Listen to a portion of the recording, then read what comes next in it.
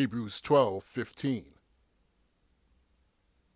See to it that no one falls short of the grace of God, and that no bitter root grows up to cause trouble and defile many.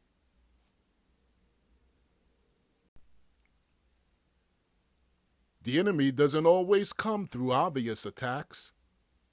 Sometimes he shows up in conversations that feel comfortable from people we love. The enemy is crafty, and one of his favorite tactics is using those closest to us to plant seeds of bitterness.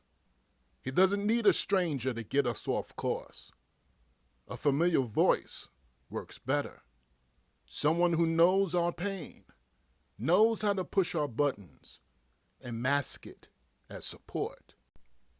And before we know it, we're not healing. We're reliving, resenting, and reopening wounds we were meant to move on from. Point 1. Bitterness is contagious. Bitterness is contagious.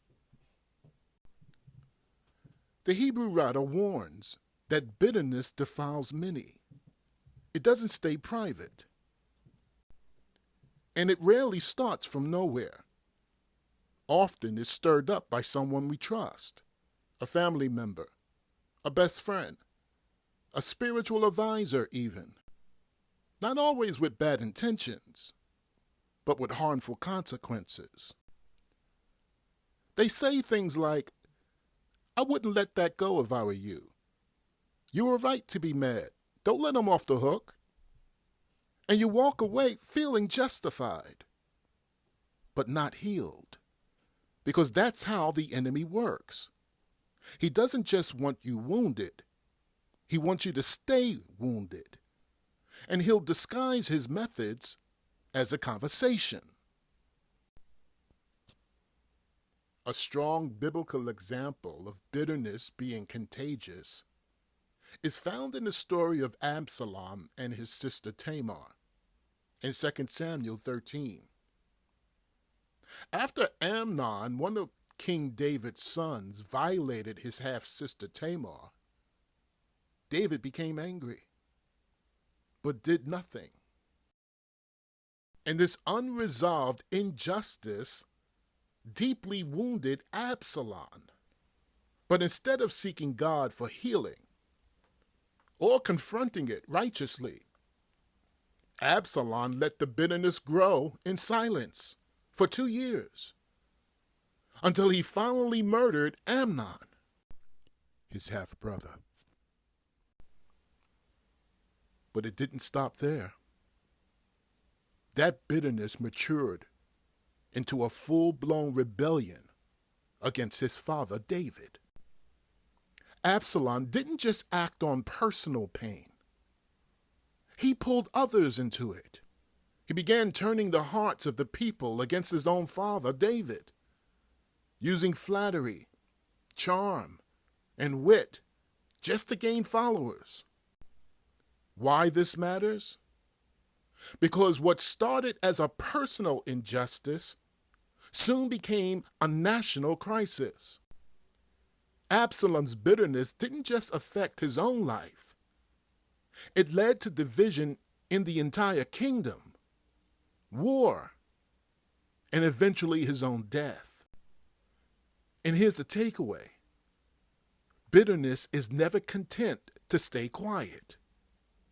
Left unchecked, it spreads, influences others, and opens the door for the enemy to manipulate not just hearts, but entire households, churches, and communities. Point 2. Not all help is holy. Just because someone feels safe doesn't mean their influence is sacred. You know, the serpent in the garden sounded wise, even quoted truth. But his mission was to twist it just enough to break trust in God.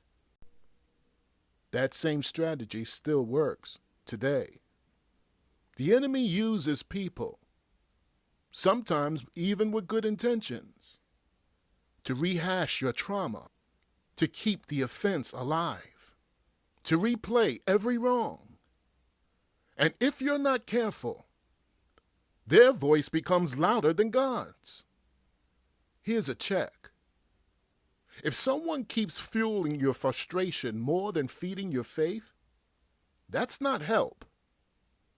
That's spiritual sabotage. You know, in Matthew 16, after Jesus told his disciples that he must suffer, be killed, and rise again, Peter pulled him aside. He said, "Never, Lord. This shall never happen to you." On the surface, Peter's words sound loyal, protective, like a friend trying to shield someone he loves from pain. But Jesus didn't say thank you. He didn't say, "I appreciate your heart." Instead, he said, "Get behind me, Satan. You are a stumbling block to me." Why? Because Peter's help was pulling Jesus away from his purpose. He meant well, but his perspective was carnal, not spiritual. He wasn't aligned to God's plan. He was trying to preserve comfort over calling. You see, not everyone who tries to stop your pain is protecting you. Some are unknowingly keeping you from growth, obedience, and purpose. Their advice may come from love, but not from truth. They might want to save you from the cross, not realizing the cross is the very place God is trying to work a miracle in your life. So how do you know the difference?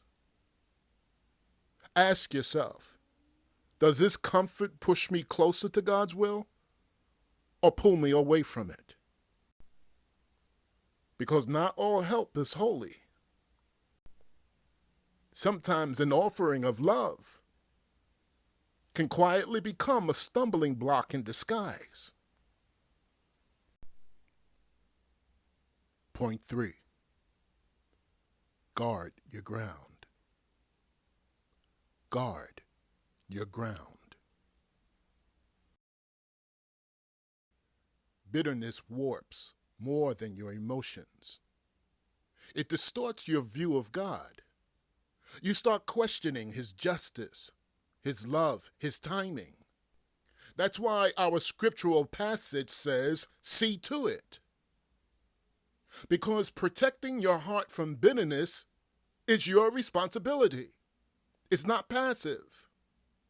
It's intentional. You have to guard against the root before it becomes fruit. You have to recognize when the enemy is using familiar faces to drag you into an old mindset. And you have to choose. Will you hold on to what hurt you or hold on to the one who can heal you? You know, in Genesis 4, before Cain ever picked up a weapon, God came to him with a warning. Cain was angry, jealous, and quietly stewing over the fact that God accepted Abel's offering and not his. So God asked him, "Why are you angry? Why is your face downcast? If you do what's right, will you not be accepted? But if you do not do what's right, sin is crouching at your door. It desires to have you, but you must rule over it." In other words, Cain, guard your ground. Bitterness was knocking. Offense was breathing down his neck. God saw it coming and gave him a choice. Deal with it at the door, or let it in and suffer the consequences. Cain didn't listen. He opened the door to offense and ended up murdering his own brother. You see, bitterness doesn't come crashing in with red flags. It sneaks up quietly, like a whisper at your front door. It shows up as a feeling you brush off, a conversation you replay in your head, a slight you never resolve. And if you don't deal with it early, it grows into something destructive. And God gives us the same warning today. If you don't deal with it, it will deal with you. So guard your ground. You don't have to act on every feeling. You don't have to entertain every thought that comes to your mind. You don't have to let sin make itself at home. Just because it knocks on your door doesn't mean you have to answer. Final thought. So who's in your ear? Is there someone in your life who constantly brings up what God already called you to let go? Are you surrounding yourself with voices that stir your spirit, or ones that feed your resentment? Don't let the enemy disguise a trap as a therapy session. Bitterness may start with someone else's words, but ends with your soul in bondage. Cut the root. Shut the door. Walk away free. What you have been trying to bury, God wants to free you from it, because he refuses to ignore what's hurting you.